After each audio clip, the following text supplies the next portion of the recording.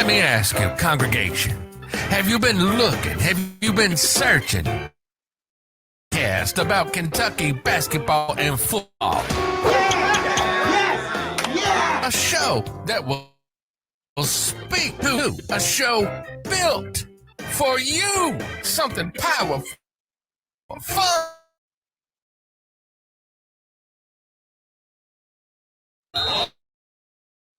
Well, we open up our minds. Let's do this, baby. Let's do it. Yes! Welcome to Religiously Kentucky. If it's Kentucky football and basketball, we are all about it. And we're talking about it. And we're damn sure opinionated about it. This is Religiously Kentucky. And now your hosts, Jay Hayes, the Wild Child, and J.D. Hall, the voice of reason. Big Blue Nation, what is up? I'm your guy, Jay Hayes, and he is, as always, the voice of reason, J.D. Hall. And we are Religiously Kentucky. What is up? Not much, man. How you doing? Happy Father's Day. Happy Father's Day. Happy Pappy's Day. Mm-hmm. Yeah, I'm just waking up.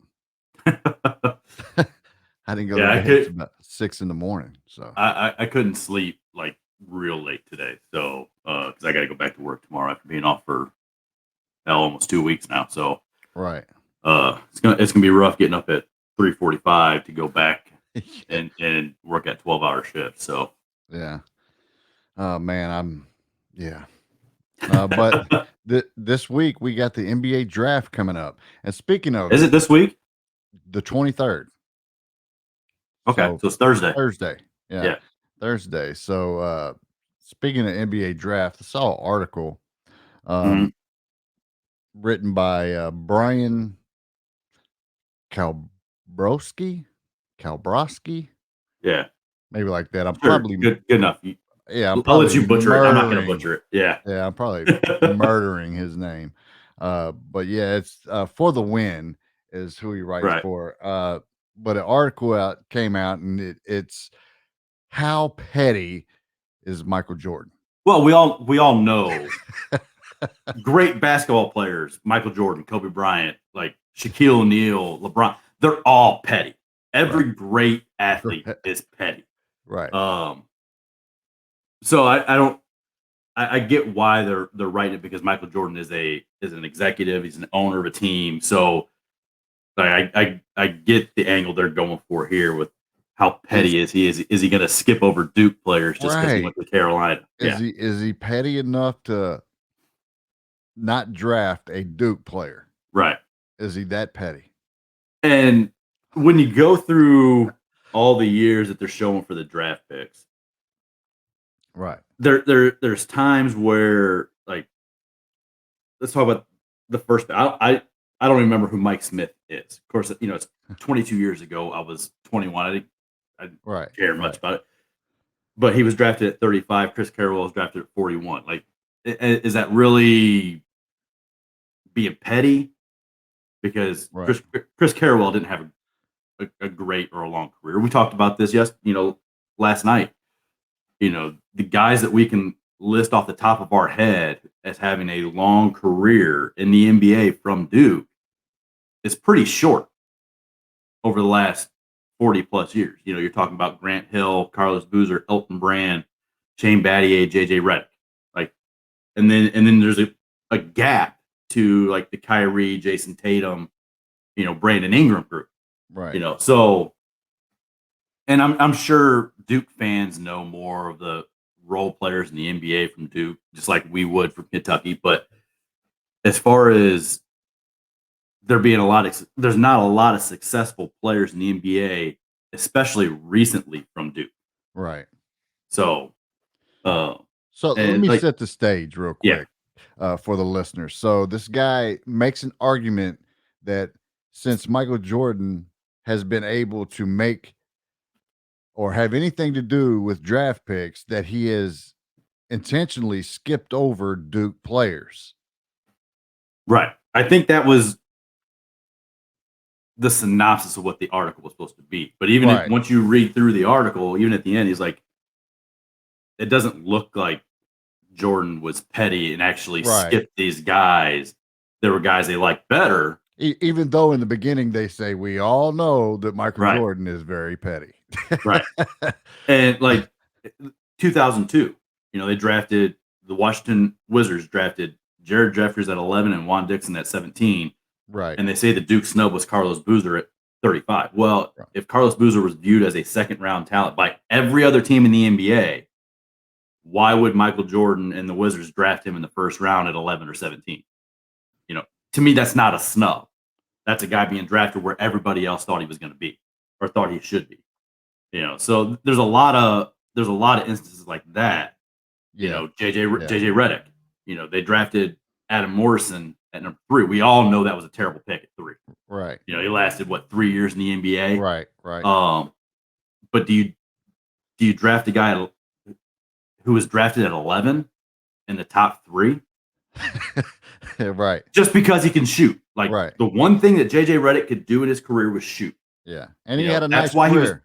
And that's why he was able to stay in the league for so long, because he was such a good shooter. But you can find those type of guys all the way through the draft and undrafted. If you do one thing very well, you're not a top 3 draft pick. Right. So there's a few instances of like that where are you really going to make that leap or that stretch or that reach to draft a guy very high that wasn't drafted high? Right. And then he gets to where he drafted Gerald Henderson at number 12. Well, if he was petty, is he going to draft a Duke guy at 12, especially a Duke guy that broke Tyler Hansborough's nose? Yeah. So it's a nice narrative to write an article around. Right. But as far as like the actual, is he too petty to draft a Duke guy just because they're a Duke guy? I think that narrative was kind of shot down with that article when you read it. Yeah. Yeah, it goes through all the years of Jordan's picks. The 2015, what'd you think about that? Which was Frank Kaminsky. Let me get down there. At 9. And the Duke snubs were Justice Winslow and Tyus Jones. Well, at 24. Do you hear about Justice Winslow anymore? Absolutely not. I mean, and like I said, a guy drafted the back half of the first round. Like, you can draft him in the top 10 when you're talking about Tyus Jones? I don't think so. And it wasn't just Jordan and Charlotte that thought Frank Kaminsky was a top 10 pick. It was believe he was National Player of the Year. So, like, there was a lot of people that thought he was going to be a top 10 pick, and it just happened to be Charlotte, and Jordan picked him. And now he's out in Phoenix now, right? Playing with the Suns. So doesn't get a lot of time, but I think he gets more time than Justice Winslow, because I don't even know where Justice Winslow's playing anymore. Right. Or if he's playing anymore. Right. So, I mean, he was drafted by the Heat, right? Even reading the article, I'm still like, Jordan is petty as hell. Oh, of course he's gonna be petty. If he's got a choice between a guy at 9 or 10, but all the investigation, and one's not a Duke guy, right? He's probably gonna pick the guy that's not the Duke guy, right? But that doesn't necessarily make him too petty to not pick a Duke guy. Right. So the article was an investigation, right, in a sense. But so after reading the article, it's like, he didn't. Right. If I'm sure if Jordan had the chance to draft Zion Williamson, for instance, he would have drafted. Right. So and then probably get killed for it, because now you're talking about a guy who hasn't played in 2 years, right? Drafted at number 1. So he did draft Nick Richards over Cassius Stanley.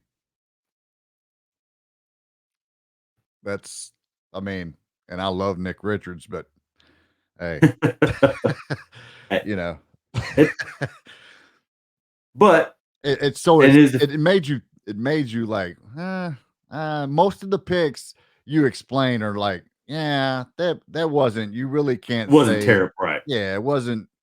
It wasn't bad. There are a couple that you go through and look at, and it's like, damn, he's really not But in that same draft where he drafted Nick Richards, he also drafted right, Vernon Carey. right, right. So it wasn't like he was avoiding Duke players, but you start going through it too. It seems like Jordan's got a little bit of an affinity of drafting Kentucky guys, Yeah, too, because yeah. you got PJ Washington, you got Malik Malik Monk, Monk. Nick Richards, yeah. Yeah. So So, do, do you, Jordan? But yeah, yeah, just the draft is coming up. So that was one of the things I thought was funny and interesting. And also draft news. Shaden Sharp, where do you think he'll go? And we're not going to mention his name too much more right.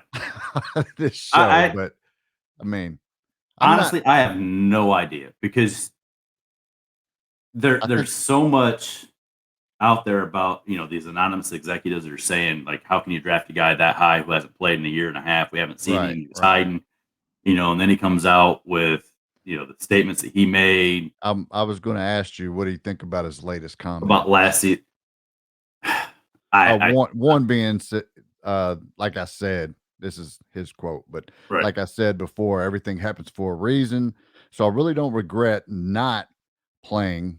right, I'm working out for NBA teams now, so I guess I did something right. right, and it's just coming off as kind of smug and It's that arrogant, brand brand uh, building. right, like. And there's a lot of Kentucky fans that lost their minds when those Yes. quotes came Yes. out. Me, I just kind of like, dude probably needs to stop talking. Maybe we know now Because why he dodged the media right, section of the combine. probably needs to stop talking because the more he talks, the worse he looks. Right. Right. Uh, and maybe it was him trying to take some heat off Dwayne Washington, saying not playing was his his Right. call ultimately. Right. I don't know because everybody when that info came out said it was Dwayne Washington to put a stop to it. So, Yeah. and I'm sure Shaden had the final say, but we all know he's probably a pretty easily manipulated kid Yeah. by the adults in his life. So I don't hold any ill will towards the kid, Yeah, I don't either. I'm like, hey, go but get that bag, but watch your man, mouth like it at the it same time. looks it's a bad look and a bad sound from him Right.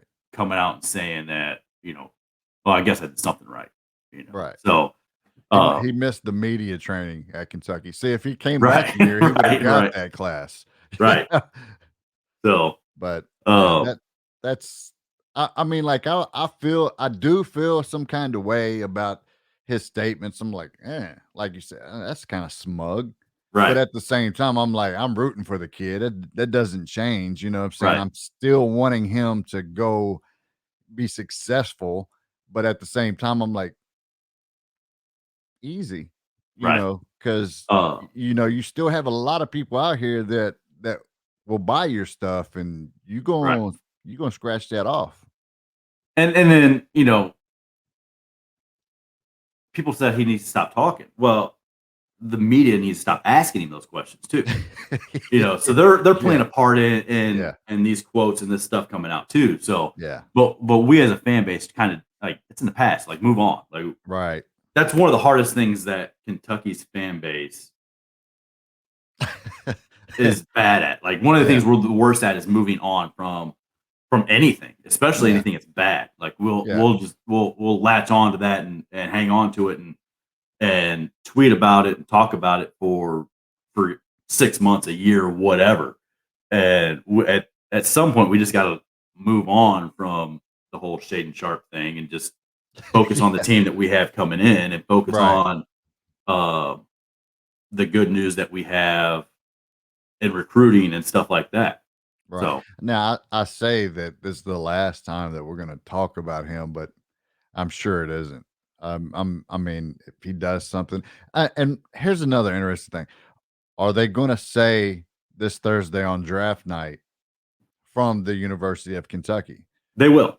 I'm sure, and they should, because he was on the roster. He sat on the bench. Like he should be announced from the university. It's gonna piss off a lot of those petty fans, right? The guys the people that can't let go of this and move on. Right. It's gonna piss those guys off. Right. I'm sure I'll do something fun with when they say it. As a program and as a coach, you've got to be there to support your guys, whether or not they played or not. You want to be there and support them and be happy for them, because it helps your program, because it shows that you're putting those players ahead of yourself in the program and stuff like that. So right. And I didn't like it that he didn't play and things turned out the way they did, but really, I mean, it really does still help the University of Kentucky. Right. If you really, really think about it, it really does help. Yep. Sucks, of course. We know it does. It does suck. But it helps. I think he's going to the Trailblazers at 7, I think it is. He's going to be a top 10 pick. So yeah. I don't think he falls below 10. But I don't think he's going to be a top 4, top 5 pick. If he would have played this year, he might have. Yep, he might have. But there are questions because he's unknown, right? Yeah, there's question marks to his game too. Like, is he able to create his own shot against players that are as big and as athletic as he is? Right. Can he get separation to get a shot off? There are questions that people are raising on Shaedon Sharpe and his game. Right. So I like the confidence, him coming out and saying, I want to be one of the greatest. I love that. Right. So you got to be confident to be a great player. So I don't fault that. Like what people have a real problem with was the comments he made about Kentucky and that stuff. Yeah.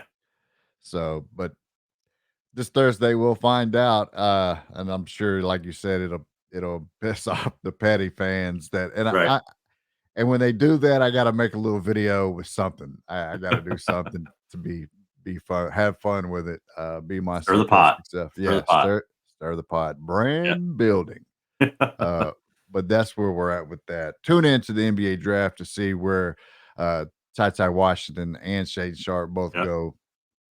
It'll be fun. Nothing but success that we're wishing over here for them, regardless, especially for Ty Washington, who played, and still Shaedon Sharpe, who didn't play but came. Right.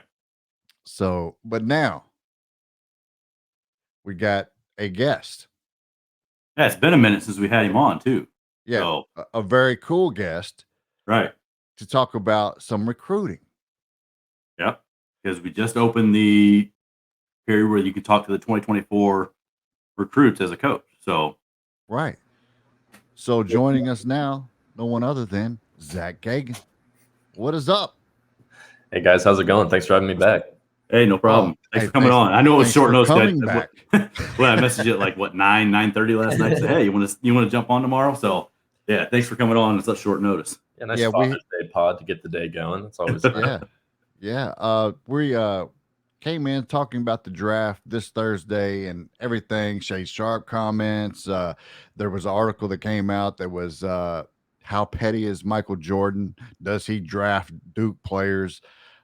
Crazy fun article. I mean, like it was entertaining. But now we want to talk about Kentucky basketball recruiting and really who is saying dream school. Let's start there. It seems like everybody. Yeah, it's more of a list, who isn't saying dream school. Right. And over the years, it feels like the dream school term is kind of, almost bad news for Kentucky at this point. Right. Yeah, a lot of 24 kids, or a handful of them, and even a 23 kid, Xavier Booker, is, kind of dropped the dream school narrative. But Xavier Booker also said that about Duke. So I think a lot of kids just like to say that, to try and. Right. I think it's more of like, that's a school I grew up always watching and thought I could, if I had a chance to go there, it'd be great to go there. I think that's more of what, when they say dream school, what they're talking about. Right. Yeah. So But then for 24, it seemed, go for it. No, go ahead. Go ahead. You started talking before I did. Go ahead. I was saying for the 24 kids, I think it was Isaiah Elohim who said something along the lines of dream school type thing. One of those 4 kids that they offered on Wednesday, I think, dropped that little, dream school thing there. So it's what they do. And, right. If there was a list of players that said dream school that didn't come to Kentucky, how long would that be? It would be, I'd say probably 10-1 in terms of kids that didn't go to it, and then kids that did go. So, usually the kids are deaf. But it seems like Cal and the staff took a little bit different approach than what they have in the past with the 24 class. Usually it's not until after their junior year where you start seeing the offers come in going into their senior year. What do you make of that? And do you think it's a change in philosophy for the staff, or is it just something for this class that they're doing different? Well, so speaking from my experience, considering I've only been doing this for, I guess, a relatively short amount of time. So going back and kind of looking at Cal's history of how he's done these things, it does seem like it's a little bit different, at least compared to last year. If we're just comparing it to last year, he offered J.J. Taylor on in the first maybe 12 hours of the contact period being opened. And then it took another maybe 24 hours after that for Jalen Lewis, who is now going to the pro route, to get an offer. And obviously Jalen Lewis is going to the pros. J.J. Taylor, his stock has just plummeted because he's not really playing or talking to media, just being available essentially. So it looks like UK is going to go 0 for 2 on those 2 kids. But then when you look at this year, and obviously people have been, kind of clamoring for Cal to switch things up, maybe be a little bit more aggressive. And it appears that that's, or at least, compared to last year, that's exactly what he's doing, offering 4 kids within, it was 18 hours. I think he did that. So, and Carter Knox was not a kid that, he obviously has the Kevin Knox connection, but he was not a kid that, myself or even Jack Pillar or any of us were really expecting to get an offer. I think Ian Jackson or Trey Johnson were pretty, you could see those coming from a mile away, especially Ian Jackson. He's a guy that Cal and the staff really, really likes. And there's obviously a lot of reclass talk around him too. So it definitely seems a little bit different and more aggressive. I don't know if that has to do with, maybe how Jay Lucas left and kind of the things he said since then about wanting more freedom and things like that. The recruiting freedom term has been thrown around a lot. So I don't know if that's kind of how KT Turner is, approaching it. He's obviously only been here a week, so I don't know what kind of influence he could have in that short amount of time. But it does seem like Cal is taking it a little bit more aggressive, and I personally like it, just because it's really tough to get on these kids, this late or it's not even late in the process, but it's late in their process because you've got Duke and UNC who have been on them for a year. So, so speaking of, let's back up a little bit. Let's talk about the 23 class. So there's been a lot of talk that, Ron Holland wanted the offer. He got it on his visit. Right now, the only commit Kentucky has is Reed Shepherd in the 23 class. Of the guys that they're looking at and they're recruiting, how do you think that 23 class is going to end up? Like, I think we're all pretty sure that Dillingham's going to be probably the next guy that commits here on what Friday. So, outside of that, how do you think this class for 23 ends up? Well, I mean, right there, starting with Reed and Reed and Robert Dillingham in the backcourt, that's already a really strong foundation for what you've got going. And then it's kind of still kind of up in the air from there. It looks like KJ Evans is trending really heavily towards Arizona, has been for a few weeks now. We're still not really sure where Kentucky stands with Ron Holland, just because they did get in kind of late. They clearly do have some interest there, and then you've got guys like Matas Buzelis, who just had a pick going for the pro route for him.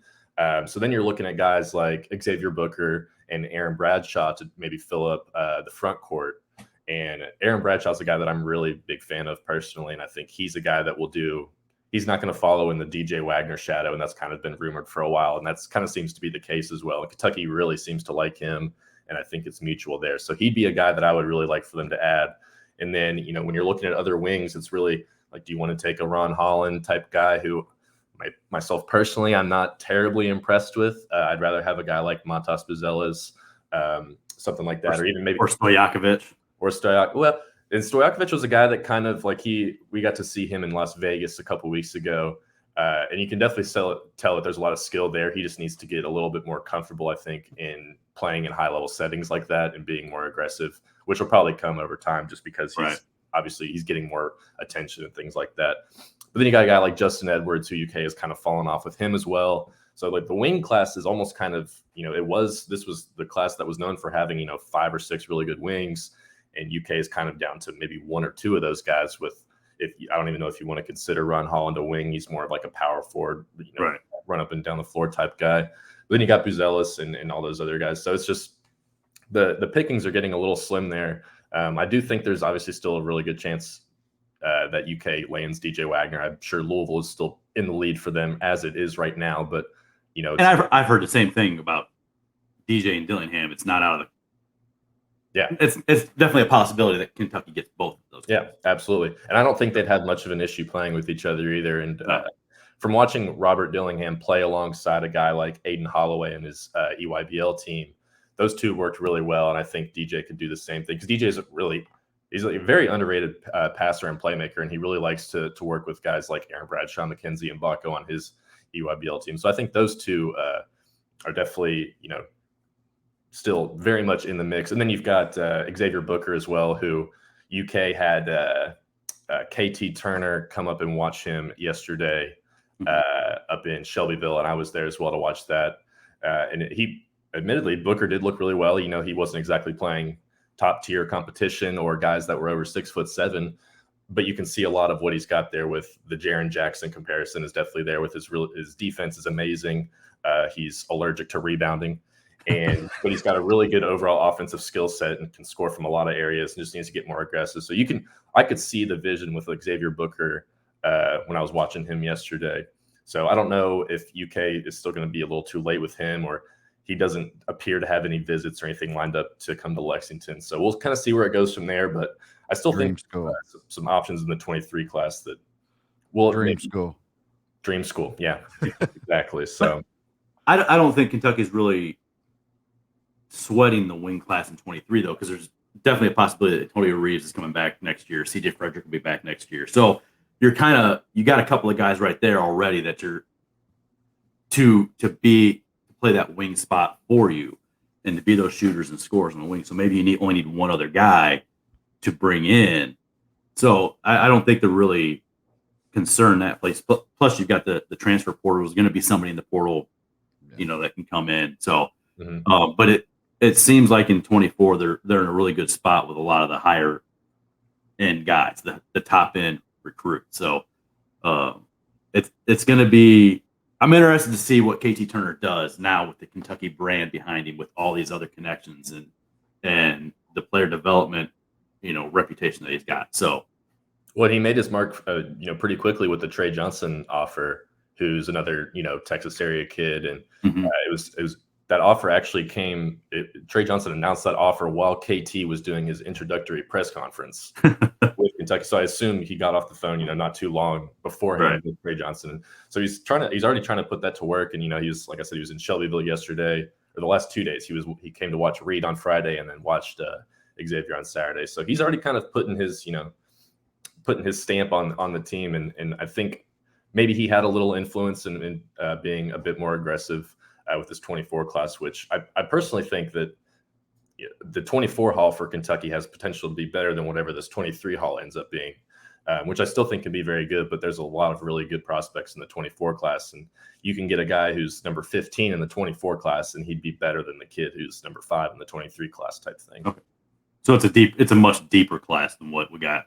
From what we've seen so far. And I think that Calipari kind of proves that by offering 4 kids in this class, whereas maybe last year he just didn't see as many kids that he liked. I think JJ Taylor was a guy that he really, really liked at the time, and they had the Chin Coleman connection, but things have obviously died off since then. So and then like you brought up Ian Jackson and the reclass, like there's a possibility he's going to be in the 23 class anyway.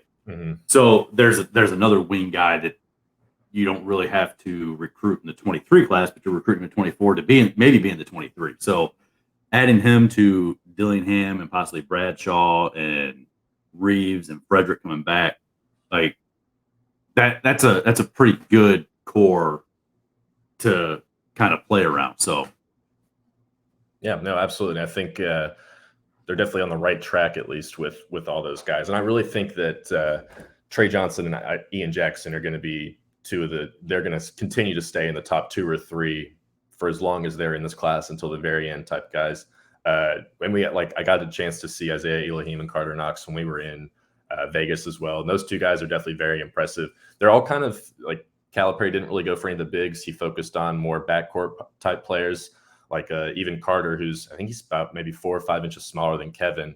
So he's more of a shooting guard. Isaiah Elohim's a really stocky shooting guard as well. And then Trey Johnson and Ian Jackson are more skinnier type guys, but can really play on both ends too. So it seems to be prioritizing more, wings and backcourts early on right now. And then maybe he'll see what kind of develops with some of those big men from the 24 class.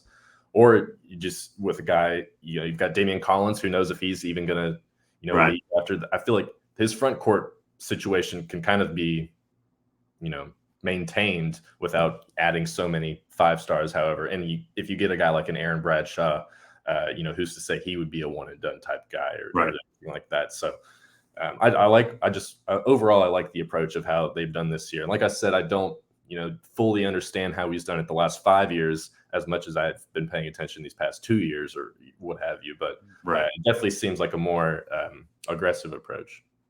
I mean, the approach that he's taken in the past, like he's always contacted kids, but he's never not necessarily offered them until he got, comfortable that, okay, this kid hasn't peaked already. He's still getting better.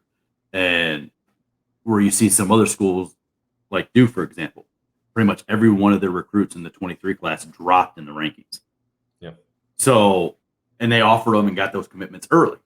Whereas Kentucky kind of lays back, and the guys that they're recruiting always seem to keep rising up the rankings most of the time. So I see what, I understand both sides of it, wanting to get those offers out earlier by the fans, and then the coaching staff holding back those offers and waiting to make sure that the guys that they're giving those offers to are actually deserving of those offers.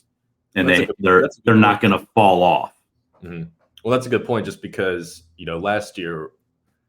this time last year, it was still, dealing with COVID and events. It was just a lot tougher to go watch these kids and, learn who they were and what they're about. So if you want to look at it from that lens, maybe Calipari was taking a little bit more cautious with who he was offering because he didn't really know and see these kids because he didn't really have the opportunity to.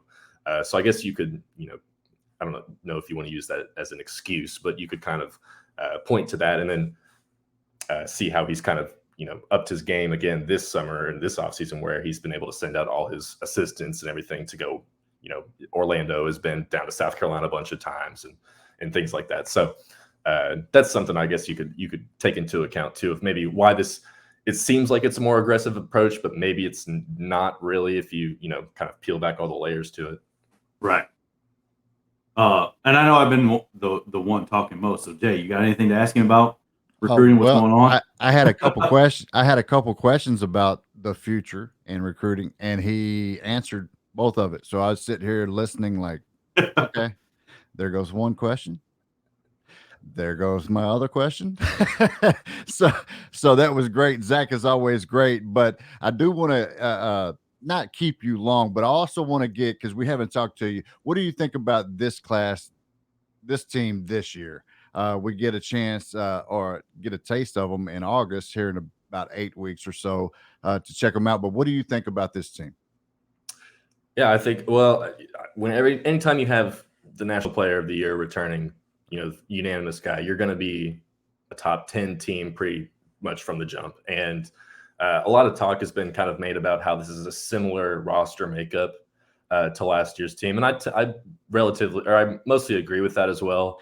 And I'm not necessarily optimistic about that thought process either, because I thought there was just a lot of, we saw the flaws obviously come out in the last 2 weeks or 3 weeks of the season. Injuries had things to do with that as well, but you kind of have to factor those in throughout the year or in your preseason planning of how you would go about that. But so for this year, I think what you're going to see more is another leap from Jacob Toppin, which I think is going to be necessary. You're going to have to see leaps from a few different guys, like not necessarily big ones, but like Jacob Toppin has to be right.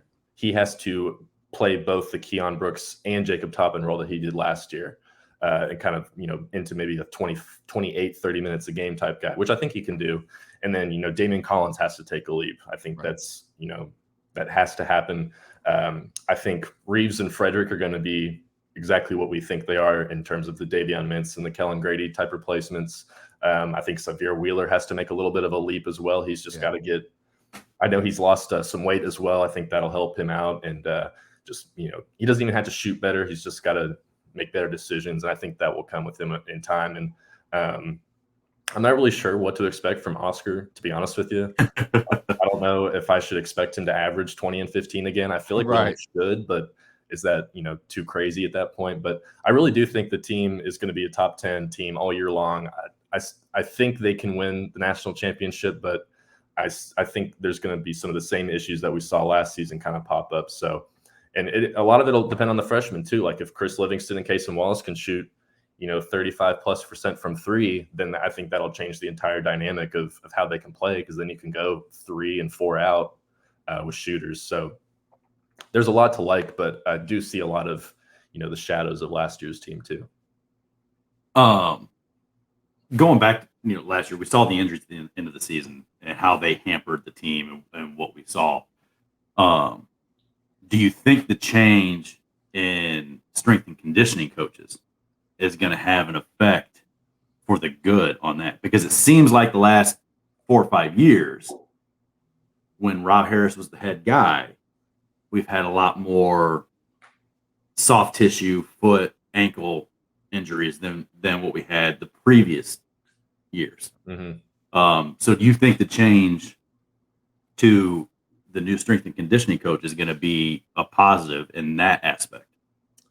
I just think in general it'll be a positive to maybe get a different voice or something in there. But I don't want to play doctor and say that that Rob Harris, his tactics were the reason that kids weren't strong enough, because injuries are freak random and stuff like that. I mean, CJ Frederick, he was hurt before he got here too. So, there's guys just get injured and there's things that, just happen randomly. But I don't think there's anything bad in having, just a change up in maybe how they approach it and just a different voice in there. It looks like Damian Collins, just from the few glimpses we've had, looks like he's put on a little bit of weight. But then again, reports are he's up to like 210 pounds. So if he's at 210, like that's a pretty significant 20 pounds. Yeah, 25 pounds since he got on campus. So that's huge for him and his ability to make that next leap, because we saw how easily he was pushed around and knocked down last season when he got in there. So, but it'll also be nice to have a strength and conditioning coach who hopefully stays out of the the headlines as well. Right. So I think that was part of the transition there.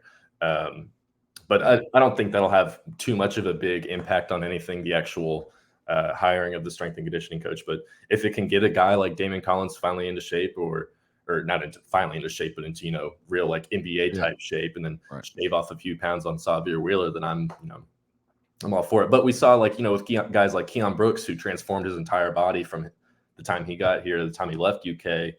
But his body didn't translate to the on-court production, to that same effect at least. So it's all just random, I think, at that point.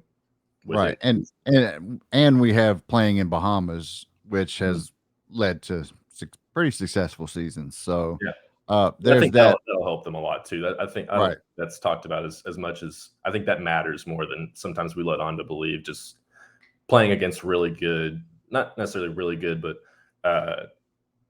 guys that have been playing basketball for a really, really long time and are just really steady at it. That always helps. So that'll be a good experience for them for sure, especially if a guy like Damian Collins and Lance Ware can, really put show some muscle against bigger and older guys. Right. Because you're going all the way back to the Brandon Knight team, where they took the foreign trip, but of course the foreign trip was just to Canada for them. But they were able to play basketball against other teams early in the summer, early in the season, and build up that chemistry and get used to playing with each other. And it led to, a Final Four that year. And it's Elite Eights and Final Fours and championship games for the teams that have gone on these foreign trips. So it's always good to get that type of competition where it's not just scrimmaging against your teammates. Yeah. And they'll, like I said, they're all older guys too. So they'll do, like, the older guys will do things that they won't see at the college level. And I don't know how that might help them, but I'm sure it's more different. Basketball is always good to play against. So I'm sure it'll be beneficial in some way. All right. Before you go though, I can't help but think or hoping it gets here faster is football. So I gotta get I have to hear Zach Gagan's what he thinks of this year's because I'm not hearing like the buzz that I heard last year. But of course, I'm optimistic. I'm gonna say 12-0, that type shit. But I do want to get your opinion on this year's football team before you go. Well, I think last year I said 9-3 was when I was with you all. Yeah. And I think that's probably what I'm going to go again. Basketball's my thing, so I'm not going to sit here and pretend that I know everything about the football team. But I do think the offensive line is going to be the biggest replacement of the whole thing. And, your quarterback's only as good as he is when he's standing up and not laying on the ground. Right. So Will Levis could be as good as anyone we've ever seen, but if he doesn't have anyone protecting him, I'm not entirely sure. And I like how the wide receiver room is getting a lot of love as well. I think just they don't even have to be as great as everyone's saying. Just having options and guys that can catch the ball, like having a fourth receiver who can come in and catch 2 or 3 a game is, I don't know if Kentucky's, at least not when I've been watching, they've never had something like that. So you've had maybe 2 guys that could. Exactly. Yeah. So I think this will be a lot in terms of excitement level. I think this might be the most exciting team that we've seen, or at least I've ever seen, probably since maybe I was watching the Andre Woodson years when they were really starting to come up, and it was just fun to watch them. I think you're going to probably see something like that again. I'm not sure if it'll translate to making it to Atlanta, but I'm optimistic enough to at least give them the benefit of the doubt and say they can get there. And I'm going to stick with 9-3 for right now, and then we'll see if I end up changing anything by the time. I'm on record saying we beat Georgia this year in November. Hey, you heard it here first. He's like, no, I don't know. I don't know this guy. I won't make the prediction for that one, but you heard it here first. I think this year is as good as any year for Kentucky to beat Georgia, because you got them at home late in the season after they lost a ton. And you return, your quarterback. You got a pretty decent to really good wide receiver room. Your front 7 should be really good. Your running back room is stacked, even if C-Rod's not there. Right. So there's a lot of positives to this year and them being able to beat Georgia. So I can see why Jay is picking that. Yeah. But I'm with Zach on the offensive line. I think there's question marks there, and we'll see. And hopefully we get that, and it's not what I'm thinking. But if that's good, then I think this team can make it to Atlanta if that's good. But like Zach said, your quarterback's only as good standing up. So. I think the schedule lines up pretty well for them as well. I think compared to last year's, this is really one that they could take advantage of. And not to say it's easy, because they still play, 8 or whatever SEC games, but compared to previous years, they really, I think, have a chance to maybe steal 1 or 2 that they shouldn't. Right. And I think 9-3 is probably the minimum that fans are going to be expecting from this team. Yeah. And anything crazy worse than 9-3, fans are going to be like, man, this season sucked. It was kind of a disappointment, that type of thing. Me and Jay talked about this, a few weeks ago. If it's not 12-0, I'm saying fire Stoops. We talked about this a few weeks ago with, when all the hype for Will Levis and Heisman and first round draft pick and all that stuff was coming out, that if he doesn't quite live up to that, but still has a really good season where he throws for, 3,200 yards and 30 touchdowns and maybe 12 interceptions. No, that's not a Heisman season, but that's still a really good college season. Right. Yeah. Like, fans shouldn't discount how good that is if those are the numbers he ends up with, and he doesn't make it to New York for the Heisman, or ends up falling to maybe the second round or whatever's a draft pick. So, but I think the fans that's what they're expecting is 9-3 at a minimum for this team this year. No, I agree. I think that's I think 8 wins we might almost see some disappointment from some Kentucky fans, Right. which would be odd. Yeah, me, because I think 12-0 automatic every year. Like shit, let's get it. But Big Blue Nation, Zach Gagan, follow Zach on Twitter. Read his articles at KSR. Great guys, one of the cool ones. I will say that one of the cool ones. Very cool. Zach, did I see you jogging on Euclid? Probably. Yeah, I was like, is that Zach Gagan? I was on my way to work. Is that? Oh wow, okay. Yeah, I like to reminisce on my. I live right outside campus, behind Memorial Coliseum, so I get to kind of stick close and like to take a little jog through campus out every now and then. So there you go. I want to point. Well, before I go here, I know there was a little bit of Adam Morrison shade thrown at the beginning of the episode. Oh yeah, he has 2 NBA championships. We need to remember 2. He's got 2 NBA titles. What did he contribute to those championships? Hey, he's got 2 rings. That's like the Duke guy that came. That's like the Duke guy that came out, or the Louisville guy that came out and said, former Rick Pitino Louisville players that have a ring, 2 Kentucky guys, and Calipari guys that have a ring, 1. And you're talking about Anthony Davis and Jordan Warren and Damian Lee. So those guys didn't contribute anything to those titles. So you're kind of this Adam Morrison is flowers there whenever he gets brought up. So is Jordan that petty? Yeah. I think he absolutely is. Facts. Yeah. Definitely. Absolutely. If there's anyone in the basketball world that would be petty enough to do something like, not picking a Duke guy, it would be Michael Jordan, no doubt. Right. That's kind of what we said, but right. Yeah. He likes his money though, so maybe he's in it for the best financial decision too. So right. There you go. Big Blue Nation, Zach Gagan. We'll appreciate you, man. Yeah, thanks for coming on, Zach. Anytime. Appreciate it. Yeah. Appreciate Have a good one. There. Zach Gagan always bringing the fire. Super cool, super fun guy. Yeah. Yeah. It's always a good conversation when we have him on. Yeah. I mean, like, I feel like I could just sit there and just like, I don't want to tell him bye. Like, I wouldn't be like, hang out, man, because he's fun to talk to. And right. I want to get him to do it. But he does have he does have his own things that he's got to do for KSR and running the website on Sunday. So we can't monopolize his entire day just to right. Keep him on with us. Zach, stay with us. But no, so NBA draft coming up. Football isn't too far away. We're under 3 months now. Right. Then August, of course, we have the basketball team in the Bahamas. So we're not too far away of trying to find things to talk about. Right. Talking about Michael Jordan pettiness. Right. Like we're digging to try and find some stuff to talk about right now. So right. And the recruiting was a great touch. Zach knows about all the recruiting, basketball recruiting for Kentucky. So and it was good that the contact period for 24 opened up so that we did have that to talk about. Yeah.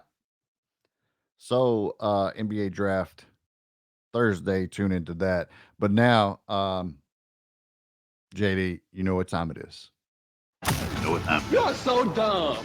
You are really dumb. For real. And now it's time for the dumbest shit from Twitter this week. It's dumb, dumbass. I don't know how we keep doing these episodes, getting to an hour with nothing to talk about.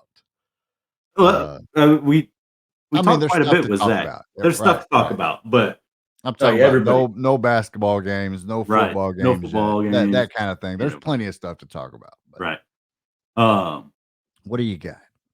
Let's start with let's Spanky. Throw those L's up.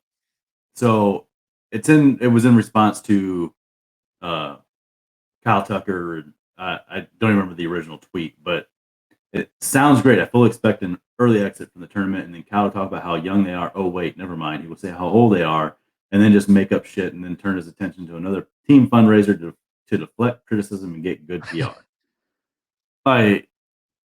Because they had one early exit from the tournament, that's what they tore the hell up. It's it's unfathomable to me that people think that's what happens every single year because it happened one freaking time. Right. And now it's like, oh man, it happens all the time now. No, it doesn't. Like Kentucky still has more Final Fours and more Elite Eights than any other program since Cal's been there. Right. So And how can you had say 26 wins this year? Right? And we were the last of the Blue Bloods to have this type of loss in the NCAA tournament because it's happened to Kansas, it's happened to Carolina, it's happened to Duke, it's happened to all these other programs, and we were the last for it to happen to. Right. So it's not like these upsets don't happen. And I saw a tweet earlier this week too that says like 6 of the 10 215 upsets have happened in the last like 5 or 10 years or something like that. Very in recent history. So that kind of shows you how basketball in the NCAA tournament is changing anyway, because you're getting these guys, these teams that have some really good players on these lower level teams that maybe weren't getting an opportunity to play at a bigger school, but they're going to a small school and they're pulling these upsets.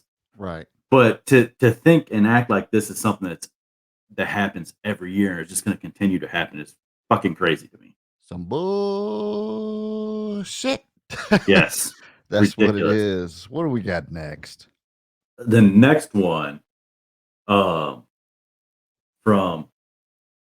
More Doggy at Chris Family or at Christ Family. Let's see. They still have Self. We still have Cal. So I'm going 85-64 Kansas, and Cal will blame the kids. This was, in response to the announcement that Kentucky's going to be playing Kansas in the Big 12 SEC Challenge.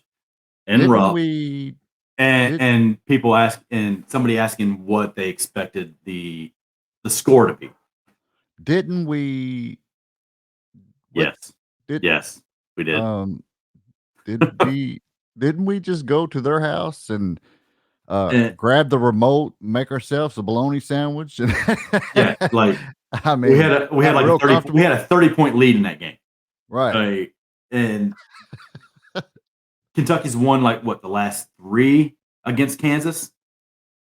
So these are the dudes that just they don't watch basketball and they want to come out with some hot fire take, and they just end up sounding like a fucking idiot. I don't get that. Like we just spanked the shit out of Kansas. Like, right. It's crazy. But they still have Self, so there's that. Yeah, they have Self. Yeah, so that's changed everything. But I thought they had Self coaching last year when we went to the Fog and took a dump on their pillow like Amber Heard. That's what we did. Yeah. Oh my God. It amazes me, some of these people, man. It really does. What do we got next? And finally, so we're gonna get off the shitty basketball takes and just get on to a shitty, I don't know, etiquette take from this dude Grant Dawson, who was a little upset about the event that KSR is having at the restaurant, which it's not the first one they've had, it's the second one, and they sell out, so it's obviously doing good for them to do what they're doing. But he was talking about how he's not coming back and they've lost a customer, and people were calling him out like, okay, so big deal. His justification for it was, I once spent $200 on Jaeger shots at KS Bar and tipped more than 10%, so I'm sure someone will be hurting. Are you fucking kidding me? Well, we knew how shitty he was when he said he was taking Jaeger shots, for one. Right. But to sit there and flex like you did something great when you had a $200 tab and only tipped $20. Yeah. Like, come on, dude. Like, I tip almost that on a $60 tab. Like, come on. He lost me at Jaeger shots, bro. I ain't gonna lie. Right. I was like, I'm done. To act like that's some big power flex that you dropped a $20 tip on a $200 tab, and then he got dragged for that. And he's like, someone's going to be hurting. Right. Nobody's going to be hurting because you're not getting my money. Right. Like your little $20 tip ain't gonna hurt nobody if they've come in and you have a $200 tab and that's what you drop on them. Like that waitress or waiter, whoever it was that was serving you that night, was like, this motherfucker. Like, they weren't happy that you gave them a $20 tip on a $200 tab. Like, it's crazy. Everybody's like, we drop 200 every day at the gas station. What are you talking about? Right. Like, come on, man. Like, that's not the power flex he thinks it is. Yeah, he was still drunk off them Jaeger shots or something. Something. Man, I ain't had a Jaeger shot, and I can't tell you how long, and I am glad for that. You're a better that person. Shit's nasty. Yeah, that's somebody's gonna be hurting.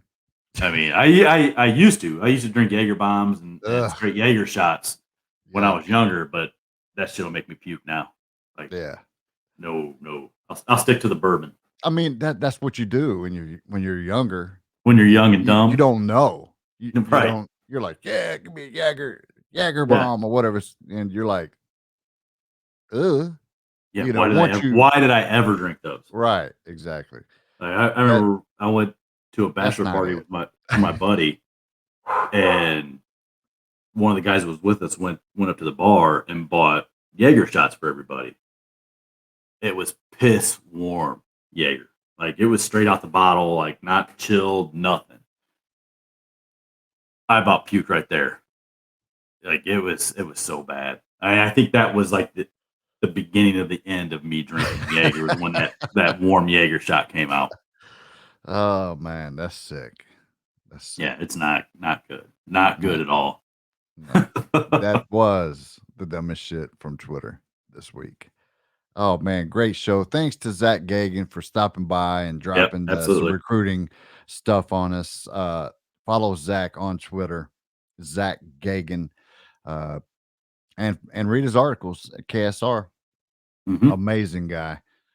Very fun, very cool cat.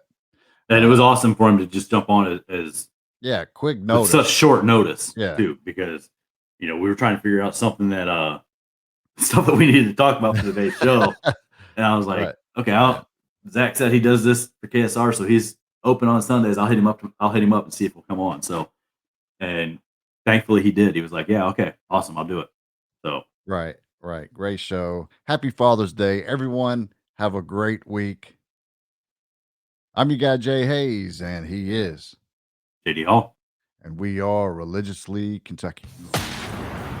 Sadly, we're at the end. You've been listening to Religiously Kentucky. They say all good things must come to an end, and this was a damn good thing. But the good news for you is we'll be back soon. Thank you for listening to Religiously Kentucky. As you can see, we are not passing around the offering plates. Instead, we just ask you that you tell a friend about the show and tell them that the podcast is available on Apple Podcast, iHeartRadio, Spotify, or wherever you get your podcast. And you can find us on all social media platforms. Until next time, Big Blue Nation, this is Religiously Kentucky, signing off.